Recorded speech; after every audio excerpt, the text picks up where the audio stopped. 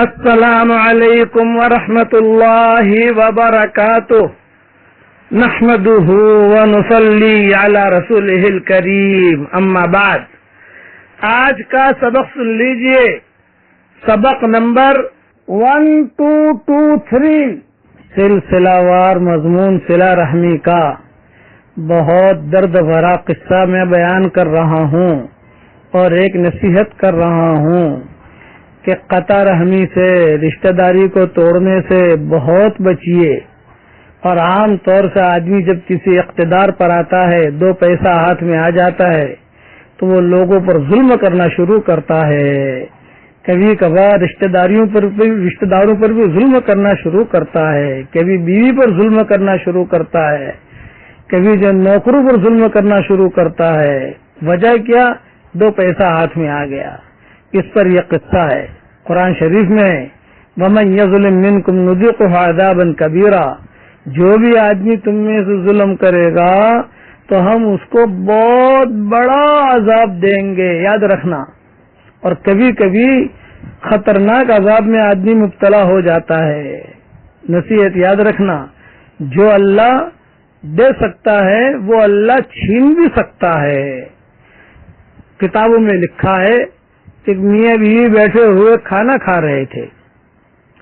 اللہ نے شوہر کو بہت مال دے رکھا تھا، بہت اکڑ پکڑ میں رہتا تھا. ایک فقیر دروازے پر آیا تو اس میاں کھڑا ہوا، باہر جا کر اس فقیر کو زور سے تھپڑ مارا. وہ فقیر بیچارہ روتا ہوا چل دیا. دونوں میاں بیوی پھر کھانے میں مشغول ہو گئے. اس قصے کے بعد وہ مرد پر حالات آئے زبردست. اللہ نے اس کی فیکٹری بھی چھین لی، اس کا مال بھی لے لیا، اس کا باغ بھی لے لیا، اور اتنا کنگال ہو گیا کہ بیوی کو کھلانے کے لیے بھی پیسے اس کے پاس نہ رہے. تو بیوی کو اس نے طلاق دے دی. اس بیوی نے عدت گزار کر دوسرے آدمی سے نکاح کر لیا. اب یہ دونوں میاں بیوی، یعنی یہ بیوی دوسرے شوہر کے ساتھ بیٹھی ہوئی کھانا کھا رہی. اچانک ایک فقیر آیا اور بھیک مانگی. تو شوہر نے کہا بھئی جو کھانا تو نے پکایا ہے وہ سارا کے سارا کھانا جا کر تو دے دے.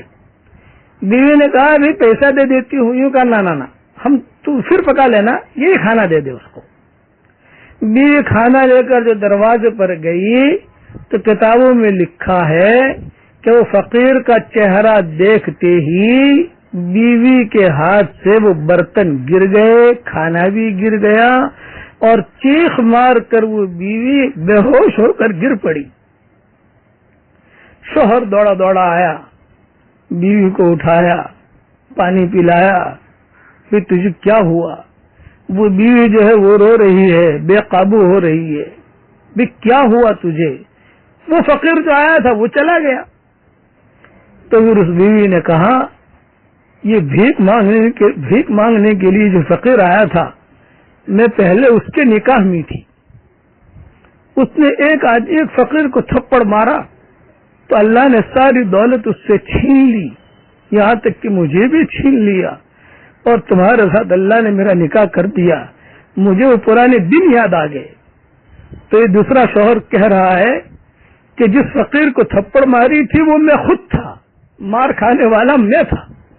میں نے اللہ سے دعا مانگی کہ اللہ تو اس کو دے سکتا ہے تو اس سے چھین بھی سکتا ہے.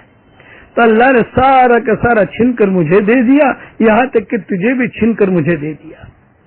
ظلم سے بچو، ہماری زبان سے کسی کو تکلیف نہ پہنچے. کسی پر ظلم کیا ہے اب اس کی تلافی کی، تدارک کی شکلیں اختیار کرو. اور خاص طور سے بیوی پر ظلم نہ کرو. عام طور سے آدمی بیوی پر بہت ظلم کرتا ہے، پتہ نہیں چلتا. وہ تو بیچاری کسی کی بیٹی ہے جو تمہارے گھر میں آئی ہے، کسی کی بہن ہے جو تمہارے گھر میں آئی ہے، سارا اپنے چھوڑ چھاڑ کر تمہارے گھر میں آئی ہے. کبھی کبھار ایسے جملے آدمی نکال دیتا ہے تو یہاں تو ملی ہے اوپر مت ملنا. یہ چیزیں عرش کو ہلا دیتی ہیں، اتنا یاد رکھنا. اس لیے ظلم سے بچو، قطع رحمی سے بچو، صلہ رحمی کرنے کی کوشش کرو. اس پر مزید تفصیل کل بھی انشاءاللہ عرض کروں گا. والسلام علیکم ورحمۃ اللہ وبرکاتہ.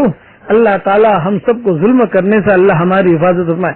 ظلم تو مسلمان پر نہیں، ظلم تو کسی کافر پر بھی جائز نہیں ہے، ظلم تو جانور پر بھی جائز نہیں ہے ہماری شریعت میں، ظلم تو کسی یہودی پر بھی جائز نہیں ہے، ہماری شریعت اتنی پاک صاف ہے۔ اللہ تعالیٰ ظلم کرنے سے ہم سب کی حفاظت فرمائے۔ اور ایک بات، چلو بعد میں، السلام علیکم ورحمۃ اللہ وبرکاتہ۔